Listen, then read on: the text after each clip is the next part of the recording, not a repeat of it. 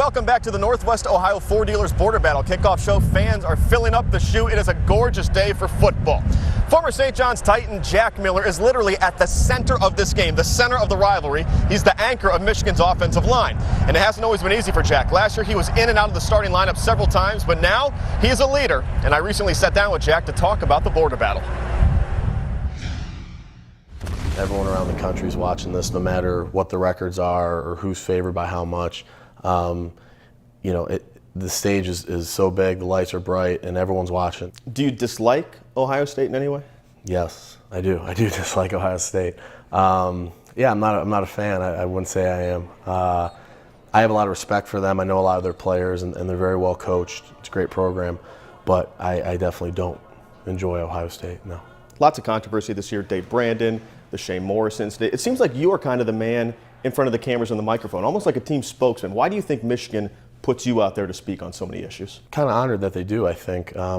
Even in the midst of controversy, it means that I have the respect of the coaches and the players, I think, which is huge to me.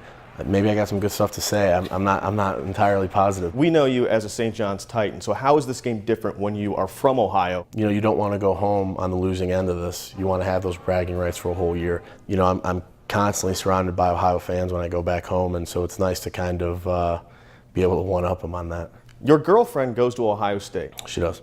How on earth does that work with you two? It's tough. I don't like going to visit there, and she comes up here a lot, which I feel bad about more than anything. But we've made it work. You realize that's disgusting, though, to a lot of people on both sides, probably. That just doesn't feel right. No, it doesn't. It doesn't feel right to me either, but it is what it is. Your jersey number 60, I know means a lot to you. Tell me the story behind 60. I wear it in honor of my dad, who wore 60 at St. John's, and he passed away 5 years ago. And when I got here to Michigan, I was assigned 60, so I knew it was just the right thing for me. And so, I wear it every day for him.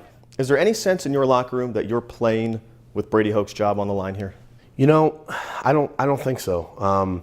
We can't worry about that as players. Whatever happens after this season, all the external things we can't control.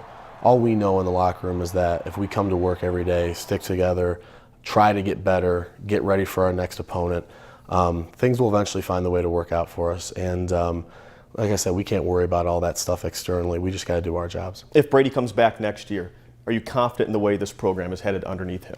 Yeah, absolutely. I love playing for Coach Hoke. Every guy in that locker room does. There's not a guy, I would say that you'd be hard-pressed to find a guy leading a program in college football who cares about his players like Coach Hoke does, who wants to develop them as men the way that Coach Hoke does. And, between him and his staff, we got some great coaches who can lead us to where we want to be. I think it's just taking a little more time than people want.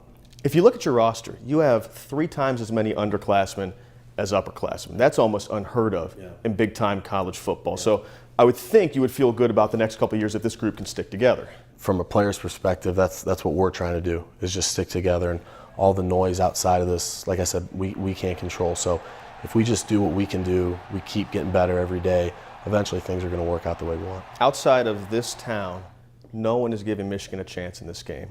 Why do you believe you can go down there and get this done? We just saw a video the other night of the 1996 game where I think Michigan was an 18-point underdog and was able to go down there and beat Ohio State in its own backyard.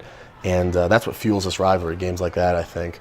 Everyone's going to bring their best. We'll bring our best. We know they will too. We'll see how it turns out. But just like last year, I've seen some crazy things happen in this game, so you never know.